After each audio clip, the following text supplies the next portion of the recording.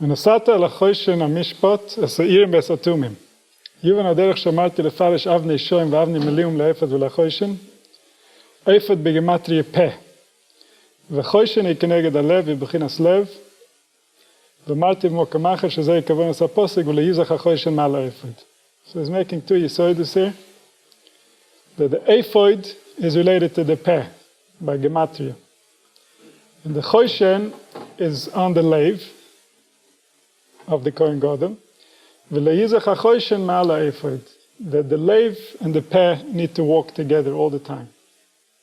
Because as soon as a person separates his peh from his lave, so then eventually his thoughts are not going to be connected to his lave either. Because the mind, the nefesh, is always picking up your behavior and copying your behavior. That's how it knows what to do. That's how it was trained from the beginning. So it doesn't just observe other people, it observes first and foremost yourself.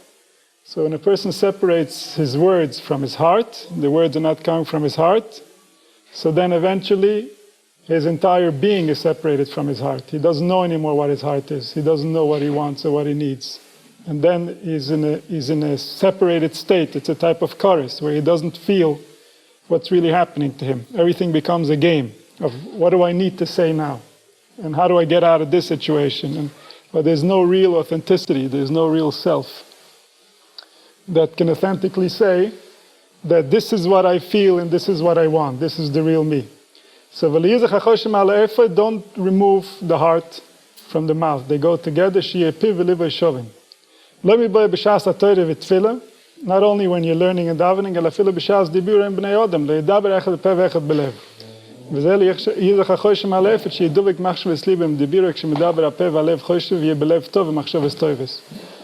now the mouth is obviously a result of the lave. All the words that a person utters is because there was something inside of him that had a need or had a desire to formulate these sentences, to create this concept, to use it for his benefit. And the words will always reflect the mind. The words will always reflect what's going on in that heart. So if a person is constantly going through a certain subject in his mind, it's not possible for him to keep his mouth clean from that subject. Because this is the nature of the mouth. The mouth is the opening to the heart. So the Baal Shem Tov says that every person, whatever he did, he will say. He will always say stuff that's related to his doing. So the Baal Shem Tov Be'erev Chochmasei could tell from a person's speech what actions this person did. What is he into? What is he busy with? Because it's not just the word he's saying, it's how he's saying it, it's what he's saying, it's why he's saying it. If you understand fully the nature of what's being said, then you can revert back to the nature of the one who's saying it. And that's why the dibur is a way for us to gain control of our thoughts. By controlling the dibur, by realizing that when we speak we create, we can then realize that when we think we also create. And once we learn how to watch our dibur, to make sure that we don't say negative things, that we don't allow other people to get offended by what we say, eventually we will also not allow our thoughts to think things that are offensive to ourselves or to humanity. And that's the ultimate goal, because that's when a person can actually start becoming a benefit to this world and not be a burden. It says the dibur is called a tenth. It's like 10% of your machshava is the dibur. A person can't fully express what he thinks. A person uses words in order to give you a little taste, a little sample of what they're thinking. This is where the minute comes that people eat shirayim from a tzaddik, because when you listen to a person's Torah, you're eating his shirayim. You can't get access to his mind, you can't get access to what's happening inside of him, to his experience, but you can gain access to what he can allow himself to give words to, what he can allow to minimize so that it can be placed into words. Because words are tiny cup holders that can take very little art, can take very little meaning in them. And so as soon as something goes into these little cup holders, it's lost its vastness, it's lost its depth. It's up to the person who's listening to know, and each person for themselves, they can open the gift. Some people are better at it than others, to open the gift of what's being said in those words. What do they mean to you? How deeply can you contemplate those words until you actually get an experience, until you get to touch the lave of the one who said those words? And the entire Torah is based like this. The Sefer HaTmuna says that Moshe Rabbeinu, he couldn't write what he wanted to tell us. What he wanted to tell us cannot fit into words, or letters, or nekudas, or timim. It's way beyond any of that. So how are we going to communicate it? Through words, because there's no other way. Through words, concepts, ideas, mishalim, words that can be changed into different words, ideas that have different meanings. All these are creating different levels of understanding that eventually lead to the unity that HaKadosh Baruch Hu created. And for every person there's a different path, because it's a path to his own soul. So the destination is different, and the path is different. But how can we discuss a path if all of us have a different path? Because the nature of how you go about finding your path, that we can talk about. And that relates to opening up your heart, getting to know who is inside of you, who is beyond words that's acting out inside of you. And there's somebody beyond words that's within each one of us. And how do we know he's beyond words? Because he has the ability to create words. If he wasn't beyond words, he wouldn't be able to make words and talk words. So if words are his tool, if words are his ability to communicate, then he must be much bigger than words. And so he is. So how are we going to, with words, point to a place that's much deeper than words, that's much higher than words? And the same thing with HaKadosh Baruch Hu. The Shem Havaya, the Zohar says, it gives you the entire manifestation that starts from the Ein Sof, and it goes through all the different levels of machshava, including the Ratzon, including the intellect, including the emotions, and then it comes out to a final dibur, whether it's in your mind or through your words. However, this entire route of manifestation doesn't touch upon the elusive, doesn't touch upon the one that made all this happen. It can't. So the Zohar says the elusive is not even nirma, is not even the kutza shel yud. There's no remes for him. There's no letter. There's no words, there's no names, there's nothing. So why do we have so many names? Why do we have so many things that we can contemplate? These are all to build a ladder. A ladder from the low level of imagination that we're playing with, all the way up to reality and beyond, to a place that's beyond, that's transcendental, that's some place that you cannot utter any words, you cannot describe, you cannot explain. If a person has access to that domain, then he knows what's being spoken about, and these are the prophets. The prophets gain access to a domain that is way beyond words. What comes out of there is words and images and understandings and knowledge and messages, but they're all coming out of a place that cannot be discussed, that cannot be uttered, that cannot be described. And we all have that place within us. If we didn't have access to that place, then we wouldn't be able to speak, wouldn't be alive. If you didn't have a place inside of you that's beyond all of this, then you wouldn't be able to use all of these things in your daily life. So there's something inside of you that's beyond, and we need to discover that part of you that's beyond. Why? Because that part of you that's beyond correlates to HaKadosh Baruch Hu's part that's beyond. They understand each other. When we get involved at this level that we are, when we're dressed up in words and in concepts, so then we go looking for HaKadosh Baruch Hu with tools that cannot find him. So we need to understand, even though we're using words, and words are the way of communicating between individuals, between human beings, words are there to guide and to point and to help you realize what's not true and what's not real. But they cannot present to you reality. Reality is inside your heart. Reality is what is beyond anything that can be said. Reality was there before you could speak, before humanity could speak, before any of us are conscious. Reality is still there, because reality is not about words. Words are tools. Words are ways of expressing. So that's what he's saying here, that the machshava, when we relate to the actual dibur, we're calling it's a tenth of the machshava. It's like a tenth, like in the Pasach Eliyahu, where it says Malchus Peh, Torah Shebal Peh Kerinan Law, that the Malchus, which is the 10th Madrege, is the actual dibur. So when we're looking at this koima, we're starting with the Keser, with the Shoresh of Ratzon, in order to manifest, in order to think. and then there's the machshava, and then there's the midos, and then there's the peh, which actually brings out the tamtzis of what was being contemplated into words. And that's the lowest level. That's when it's completely dressed up. Right? HaKadosh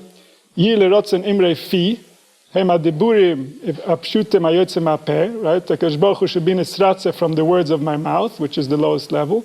But even more important, v'hegyon libi hem ha'machshavos shechoshev v'mislav leKadosh Baruch Hu. So the hegyon libi are the higoyan alev, the logic within your heart that's trying to express itself. HaKadosh Baruch Hu should find meaning, should find ratzon in those words, in those higoyan, in those thoughts, in whatever it is you're contemplating. Because HaKadosh Baruch Hu, like he says in the Mama Chazal, Rachmana liba boya. HaKadosh Baruch Hu is looking for the heart. So the purpose of you using words is not to be meratz HaKadosh Baruch Hu. The purpose of you using words is to be ma'orer your heart. Because your heart is what's going to be meratz HaKadosh Baruch Hu, not your words. Kadosh Baruch Hu doesn't listen to words. Kadosh Baruch Hu listens to reality. What's real? The heart is real. Words are not real. We can say whatever we want, and maybe we don't mean them. So words are just tools. But the words can be ma'orer the leiv, and the leiv is what HaKadosh Baruch Hu is looking for. So when the leiv is involved, then HaKadosh Baruch Hu is nisratze. Kizeh sheyesh leleiv tov, HaKadosh Baruch Hu shoyre boy. When a person has a good heart, then HaKadosh Baruch Hu is inside of him. Why is HaKadosh Baruch Hu inside of him? Because HaKadosh Baruch Hu is good. So as soon as you open the channel, you open the window, and you say, I'm also good. Here I am. Use me. So HaKadosh Baruch Hu will use you. That's the deal. How is he going to use you? He's going to use you to say nice things to the people next to you. Because he's been looking for an opportunity to say nice things to them, but their own mind is contaminated, the people around them are contaminated, because Baruch Hu doesn't know how to speak to them. So as soon as you open up your heart and you say, I'm open. You want to say something nice to somebody, use me. HaKadosh Baruch Hu will use you. So the HaKadosh Baruch Hu is looking at the heart to see if you have a good heart, if you have a kind heart. Because then you're part of the program. You're a helper. You're on the right team. And then, זה שיש לי לב טוב, HaKadosh Baruch Hu shoyre boi, k'dise, lecho omar libi. And then there's a pasuk that says, Sur levavi v'chelke lekim lo'olam, that HaKadosh Baruch Hu is Liban shel Yisrael. That's what the Medrash says. HaKadosh Baruch Hu is Liban shel Yisrael. So when the leiv of a ish Yisrael is Dovik and HaKadosh Baruch Hu, then the leiv is nisoider, and HaKadosh Baruch Hu is alive within that person. Yisrael bechlal nikroim leiv. K'masham bezer HaKadosh Parashas Pinchas, v'yedua k'shodem doirish dova ma v'posik, afal pi, she'ein b'posik rak le'erech asora tevis, k'shedoirish b'machnis ba'aseichel nismale b'elef tevis min aseichel. So it says, for example, a person could be darshaning a pasuk, and the pasuk has just a few words. But once he starts darshaning, he can darshan an hour on one pasuk. How can he darshan an hour on one pasuk? Because the seichel is much bigger than the words in the pasuk. Like the lashon is, Shlomo HaMelech says, Ki ba chaloim berov inyan, v'kol ksil berov devarim. The chaloim, which comes from nature, it comes berov inyan. You're hardly dreaming for 2 seconds, and you wake up, you think it's just 10 years passed. Because that's how the dream works. It's very, very condensed. There's a lot of information in just a few seconds. And the kol ksil, a person who doesn't know how to express himself, is berov devarim. He's saying and saying and saying and saying, and after listening to him for half an hour, you try to summarize, you see he said about 3 words. So that's the kol ksil. He's just taking his time, because he doesn't have the seichel to put into the words. He's looking for words to collect a little seichel. So it's coming from a different angle. So he's saying that when a person is ma'ored the seichel is full of information. Everything you see every moment, everything you listen to, everything that's passing through you, is steeped in seichel. There's so much chachma in everything that you can spend your entire lifetime analyzing any single moment of your life. But we are so distracted, we're so busy with whatever it is that caught our attention, that we don't notice what's happening around us. We don't notice life. We just let life pass us by. How many times do we hear people complain, if only I could be a teenager again, if only I could be this, if only I could be that. Well, whatever it is that you can only be in the past, you're still here. If you're still saying that, if you're still complaining about it, it means you're still here. So how about we focus our attention and our energy to use the time that we have in front of us, so that later on in life you don't have to say, if only I was still where I was today. So life is a continuous opportunity. And the seichel is infinite. HaKadosh Baruch Hu's koach is infinite in everything around us. Whatever we delve into, we can study and learn and never finish. And as soon as a person finds a way to get rid of all the negativity, all the things that are blocking him from seeing life, from seeing himself, from seeing what's happening, he can start experiencing these things. וזה אבני שוים פרש אבונים, כמו שהם בדיבר הפושט, ואבני מילואים פרש המחשובס טויבס דברים היוצאים מן הלב.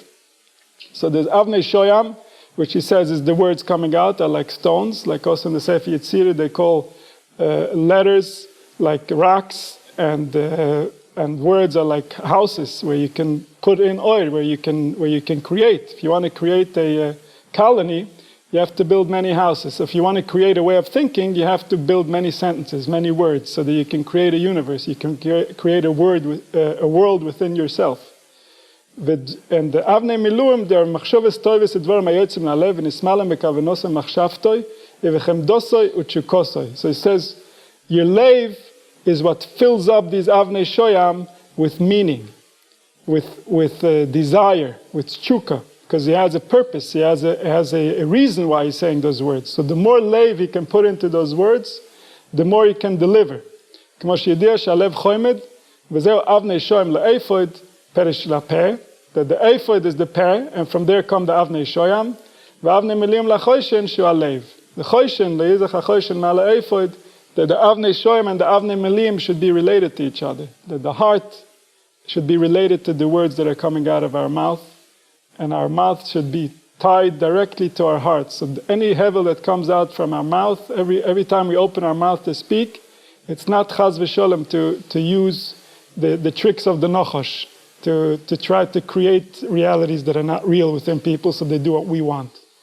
Manipulation is exactly what he is trying to speak against in this instance. Because whenever we manipulate, whenever we try to get our will across at the cost of that person not understanding fully what we're doing, so then our hearts and our mouths become different. They change. And once that change happens, once there's no unity, so then it can go many different directions. You no longer have a sincere attempt at living life. You're trying to game the system. And the Torah doesn't allow you to game the system. Why is it so important that we don't game the system? Because HaKadosh Baruch Hu set up the system perfect. Whenever we game the system, there will be side effects. And we can't foretell. We're not smart enough to know what the side effects are going to be, what we're getting ourselves involved in. So we need to stick to the truth at any price, so that we can understand life, so that we can all understand life. And we can understand other people, and we can understand the purpose, we can understand where we're heading. As long as we're all lying to each other, which we are, we can't understand life. That lie becomes a barrier between us and life. And that's why the Zohar says that when somebody says something false, especially if somebody teaches Torah that's false, so he's boiner rekin shel shav. He's creating heavens that are fake. And then the Malachi Chabola can dance in those heavens. They can wreak havoc. Why? Because whoever believed what was being said, whoever believed in that Torah, whoever believed in that claim, in that statement, is now basing his life around it. It's now causing him to make certain decisions. And those decisions give access to all kinds of forces that are not good. Why? Because his decisions are not based on the truth. They're not based on reality. So the Shemayim always, when we speak about Shemayim, we're speaking about the perception of man. When we're speaking about the Oretz, we're speaking about the body of man. So the Shemayim and the Oretz, they work together. And the HaKadosh Baruch Hu says that he is going to make a Shemayim Chadoshim and Oretz Chadoshim. Shemayim Chadoshim, a new understanding of life, and Oretz Chadosha is a new relationship with the body. So that the body doesn't have to be like it is now, something that's a hindrance to your spiritual growth, Adarava, your body is going to be catapulting you into spiritual growth.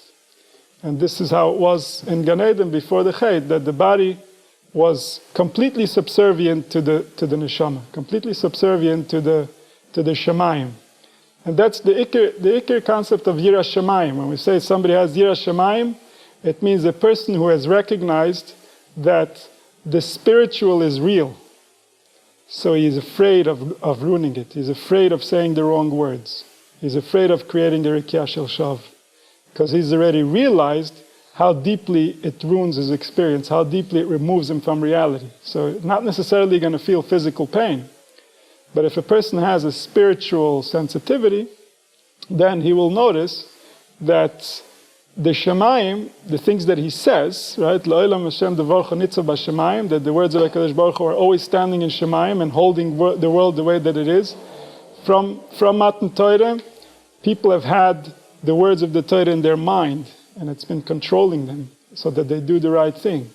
Now, those words are always standing in Shemayim, and they're always enforcing the will of HaKadosh Baruch Hu. Like we see by Moshe Rabbeinu when he wanted to give Klal Yisrael Musar, so he said, "Ha'idoisi b'chem hayom es hashemayim v'esaretz." And Chazal say, why? Why do you need the Eidus of the Shemayim and the Aretz? So he says, because these are the ones who are going to give you the schar, and these are the ones who are going to give you the oynish. So the Shemayim and the Aretz are going to be standing there and giving Eidus. So up until this very moment, the Shemayim and the Aretz are giving Eidus. If we do the right thing, the Shemayim and the Aretz are on our side, and if we do the wrong thing, the Shemayim and the Aretz turn against us. And this is because the Shemayim and the Aretz have been giving Eidus forever, since HaKadosh Baruch Hu created them. And not only the Shemayim and the Aretz, everything is giving Eidus. Everything you see, including yourself, is giving Eidus that somebody who has the intelligence to create this thing, created it. It's really that simple. And there's witnesses everywhere. Wherever you look, you see the witnesses. Wherever you look and you see something that somebody made, that you never could have made, not any other human being could have made, that's Eidus, that there's a wisdom that's acting here that is way beyond you. And that Eidus gives you an inspiration and a motivation to go figure out what the story is, what's really happening over here. Why? Why put all this to motion? What's the goal? What's the purpose? And as you look at the Eidus, you become more and more involved in this realization, until this realization takes you to a place where life starts making sense. Because it changes you. It changes your Shemayim and it changes your Aretz. If you realize this deeply, it changes your relationship with life. And when your relationship with life is different, your experience is different. When your experience is different, then you look at HaKadosh Baruch Hu differently. And you look at other people differently. So the Shemayim and the Aretz that are giving Eidus are constantly inspiring us. They're constantly bringing us closer if we look at them from the right eyes, if we realize what's really going on. Even though our brain only knows what it's been told, and we've been around for a short time and people have told us all kinds of stuff which doesn't necessarily register properly in our minds. But reality, if it's never been told to you in the right way, you won't know it. You won't know it. This is why learning is such a struggle. This is why it's so difficult to go back to the sources and figure out what was the real intention of what we were given over here. Because we know from Chazal that our neshamas are of extreme importance, and they're extremely powerful. They can do tremendous things. They mamish have an impact on the destiny of humanity. They have an impact on the destiny of life, not only on your individual life, on the collective life of the entire globe.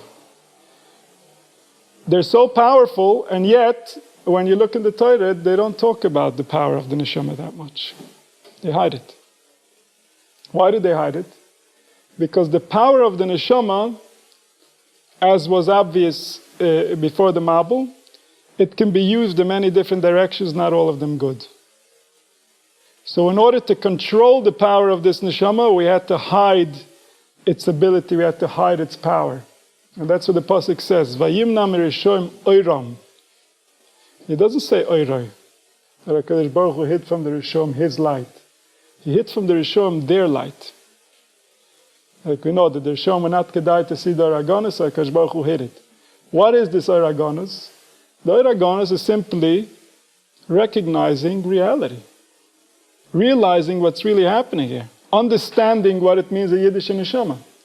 And as soon as HaKadosh Baruch Hu is going to be Moitzi Chama min Artika, and Chama can also be read Hamoyach, right? If so, HaKadosh Baruch Hu takes out your mind from its klipa, and you see what's really happening over here, you can actually contemplate what's taking place without all the distractions and all the madness and all the nonsense that you've habitually been regurgitating in your mind for so long. Then you look at life, and you recognize that these people that you gave no second thought to are actually the only thing that matter. And not only do they matter, but if you imagine to yourself the Chasidus of Moshe Rabbeinu, you haven't even imagined a tiny percentage of the Chasidus of your very own soul. The Chasidus of Moshe Rabbeinu is 1,000,000 times more. You have no ability to contemplate it. But whatever it is you think of Moshe Rabbeinu, it's nothing compared to what your soul really is. That's the power you have in you. But it's been covered. It's been covered with a klipa. It's been covered with an artik. It's been covered like HaKadosh Baruch Hu says to the moon, Lechi matetz atzmech. We're not ready for you yet. Wait. There will be a day when we're going to show the people what you really are, who you really are, what you really stand for. And when that day comes, people who are evil to other people will dissolve from busha. They wouldn't be able to look somebody else in the face if they hurt their feelings during their lifetime. Because they will realize who they were messing with. It ain't no joke. So even though here we're tired, we're sluggish, we don't really know, we're neglected, so what? So what? As soon as we go home, the truth will be the truth. The lies can never stand in front of the truth. The lies can stand in front of the truth for a little bit. But eventually the truth will be there. Reb Tzodok always quotes this pasuk, Sfas emes tikkun la'ad. When you tap into the truth, nobody can ever shake you. Va'ad argir l'shoin shoker. And l'shoin shoker, saying a lie, can only help you for so long. Eventually the lie falls apart and you have to come back to reality. So we happen to be, Ashreinu matov chalkeinu, that the lie is terrible, but the truth is wonderful. So we can start moving over to the truth so we can have an easier experience. Because eventually that's all that'll be. So even if we go now, there's a word that says, Chazal say, that somebody doesn't have for Shabbos, Lovi alive ani pareya. Right? You can borrow before Shabbos in order to make Oinik Shabbos, and I'll pay you for it. So the word goes like this, that when we speak about Shabbos, we're talking about the Yom Shekila Shabbos that comes when Mashiach comes. And then it's going to be Kula Oinik, Kula Kedusha. But in this world, we live in pain, we live in suffering, we live in a lack of knowledge of who we are and why we are and what we are. So HaKadosh Baruch Hu says, Lavu alive ani pareya. It's still before Shabbos, but if you want to enjoy a little Oinik Shabbos, you can borrow a little bit from the future. Don't worry, I won't ask back for it. I'll cover it. If you want to have a little time of Shabbos before the 7,000, Lovi alive ani pareya. You can borrow from there. Because even though this world is a world of Gevura, this is a world where it doesn't look like anybody cares about us. It doesn't look like anybody invested much, even though if you pay closer attention, you'll notice that he did. But from the surface, at least the way we've been told, it's all tzapached, it's all tzabrachen, it's all tzafloyim. But in reality, it's not like that. In reality, it's very, very different.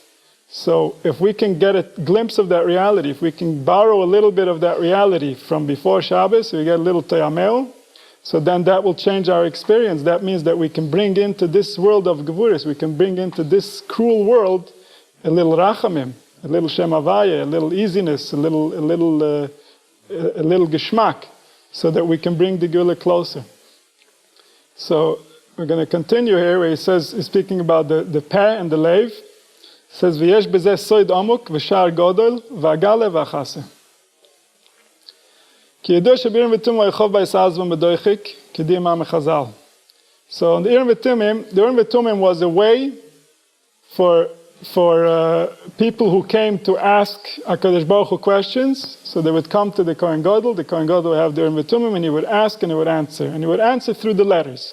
So the letters would light up in the Kohen's mind. He would be able, Merav Kedishosoi, to receive a message. So his nefesh would be able to play with these letters and create a message for him so that he knows what to answer to that person. So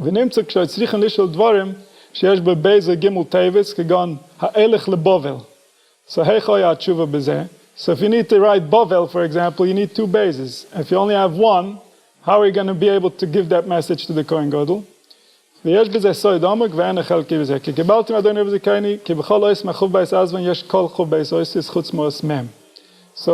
Chov Beis Oisius also have Miluim. Miluim means that, for example, Aleph, you spell it with the Aleph Lamed Fei. Now, if you're going to take the Aleph Lamed Fei and you're going to break out the Lamed is going to have a Lamed Mem Daled. And then you're going to have the Daled that has Daled Lamed Sof. So if you keep going like that, in every letter you're going to find all the letters. Besides Dois Mem, which is a circular letter. It's Mem and Mem. It just keeps going in a circle. והכהן המסלבש ברוח הקודש השואל אחר שציווה השם שיהיה כל חוב בייס אויסיס באורים ומאירין אויסיס המליון שלהם גם כן ומזהו יודע כל מה שצורך באורים. So he could see from the letters and from the milun, because in his mind, when he looks at the Aleph, his mind sees Aleph Lamed Fei. So over there, we can find another letter, another time. So if it needs two Lameds, for example, he can see the actual Lamed, and he can see the Lamed from Aleph Lamed Fei that his mind is already projecting. So then he's able to get the message through that. So the Avnei Miluim means Avnei Shoyam, the original letters that are in the Urim V'Tumim, and Avnei Miluim means that you memale each ois with the Miluim, with the additional letters that are missing. Urim hu or shel ruach hakodesh shehakohen mislabesh boy v'satumim shemetamem hatshuva al yedei oisis milum shemin lein hakohen v'shem mechaper v'hoven. So it says that you give it on the Choshen, the Urim. What's the Urim? The Urim is the Oir, the Ruach HaKodesh, and the Tumim is Metamem the Tshuva al yedei oisis hamiluim, so that he can actually see the message, so that he can actually receive what's being said. So the Urim v'Tumim is the recipe for receiving answers from HaKadosh Baruch Hu, because the Urim v'Tumim is the two things that a person has to connect with in order to be able to gain access to the divine. One is the Urim, which is the Chachma, that he should have Oir, that he should be lit up, that he should realize who he's dealing with over here and what he's dealing with over here, and he should be able to erase the simplicity that he's covered life with, the mundaneness of life, should be able to erase that and realize that there's something much bigger happening here. And the Tumim is the Tmimus, that a person needs to be sincere. And this is something we've lost in this generation, that people, because the Torah was given over in such a shallow way, and because the people explaining the Torah didn't understand the Torah while they were explaining it, so the people that receive that message, they think that they're already smarter than that. Already seen, already understood, already know. And they lose their tmimus. They lose their sincerity. They lose their ability to gain access to HaKadosh Baruch Hu. Why? Because HaKadosh Baruch Hu plays no games. You can't fool him with your toidelich, with being an oberchochem, with saying wertlich and making stories and everything that you can get away with people, you're not going to get away with HaKadosh Baruch Hu. Because the sincerity, your heart, where is your heart? It's the only question HaKadosh Baruch Hu asks. What do you desire? What do you want? Where are you driving? That's the tmimus. Tmimus. Understand, you didn't create this. You're not that smart. Get over yourself. Look for the truth. Don't get over yourself saying, oh, I'm nothing, I'm nobody, who cares, mani, machayai. That's not getting over yourself. That's part of the ego trip. Getting over yourself means that whatever you've been thinking your entire life doesn't matter. Who you are matters. It's not about what you think, it's about who you are. What you think about life doesn't matter. What life really is matters. What you think about other people doesn't matter. But who other people are, who HaKadosh Baruch Hu made them be, that matters. And that's the tmimus that we need to be able to access real wisdom, to be able to access real understanding, is a sincerity, an open heart. I'm open, I recognize that I don't know. I recognize that this is beyond, way beyond anything that I can really contemplate at this moment. But I want to. I know it's there. I see the wisdom. I see and understand, and I want a connection. I want a kesher. I want it to be real. I want something real inside of me. Because that's the only thing that counts. So words are good. Words can take us places. Words can explain things to us.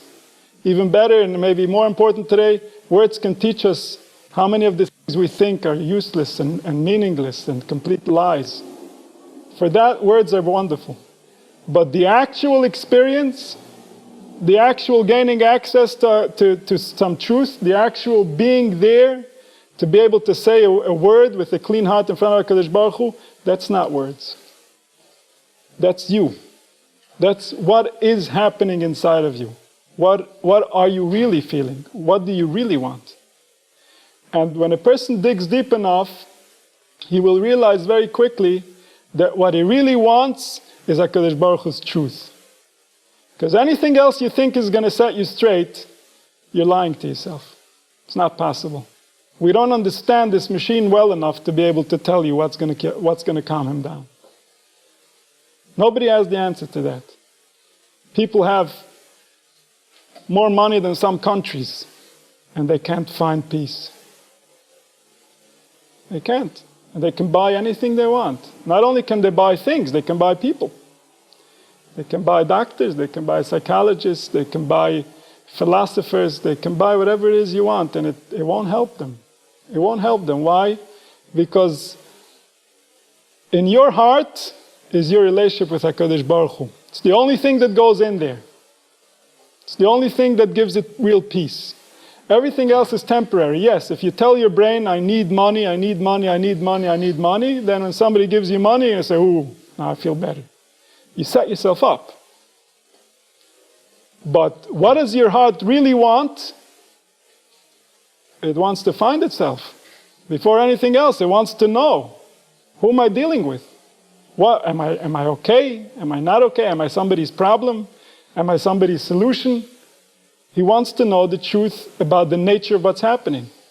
And even though that answer might not be readily available, the search, the process, the digging, the looking, the wondering, all that will make you closer to yourself, will make you closer to HaKadosh Baruch Hu, will make you closer to reality. Because a lot of the malbushim, a lot of the covers, a lot of the fantasies and the nonsense that are covering the truth will start falling off as you become serious, as you really look, as you really care, as you open up your heart and you recognize that, who am I fooling?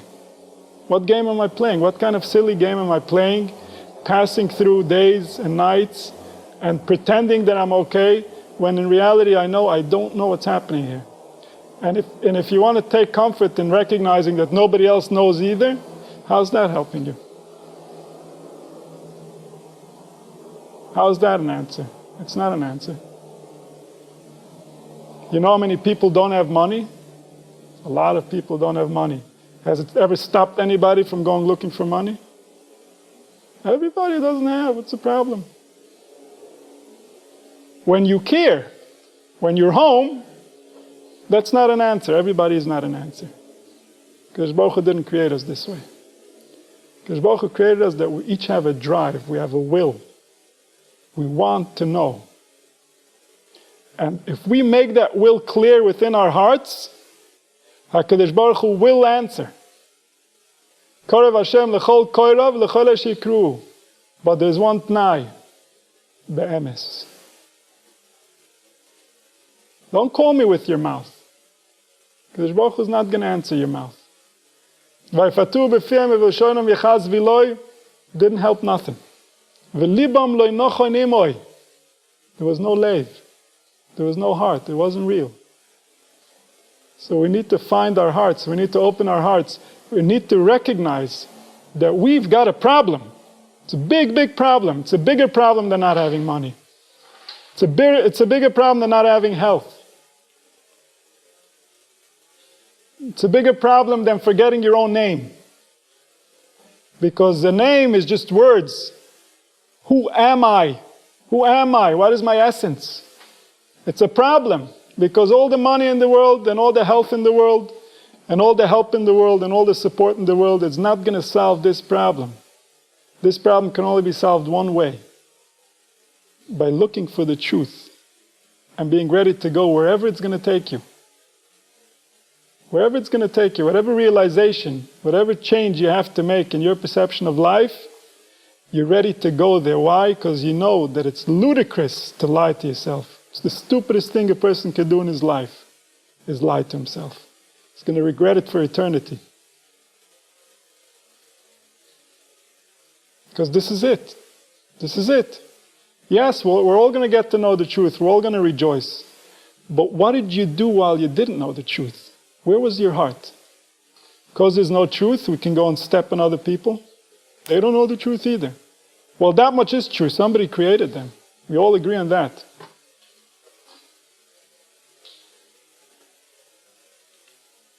So we have to be able to look at life from a very, very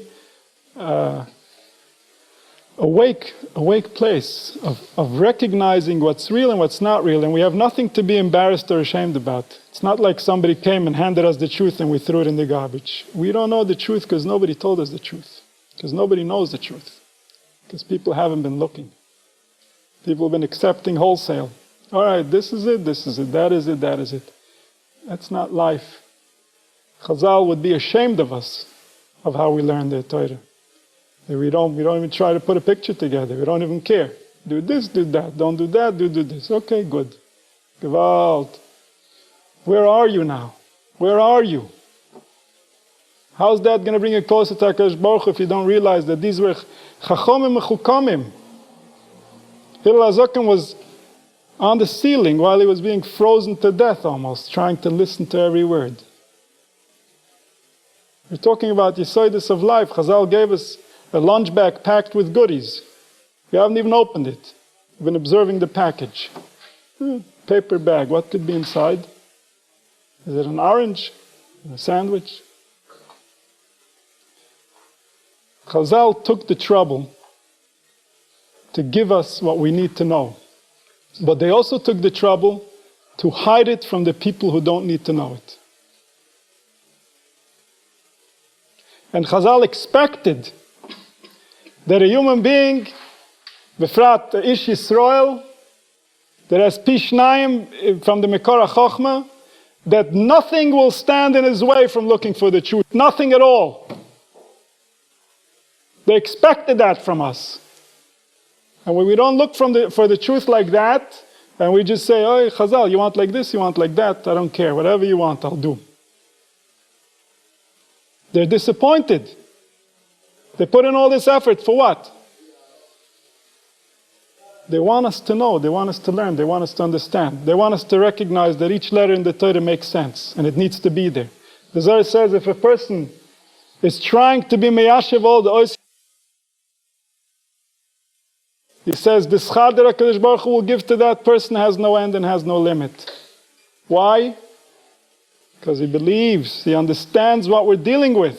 He cares. Today, who can understand a pasuk in the Torah? We don't even worry about that. It's way beyond our perception. The Torah seems to be repeating itself constantly. We don't understand it.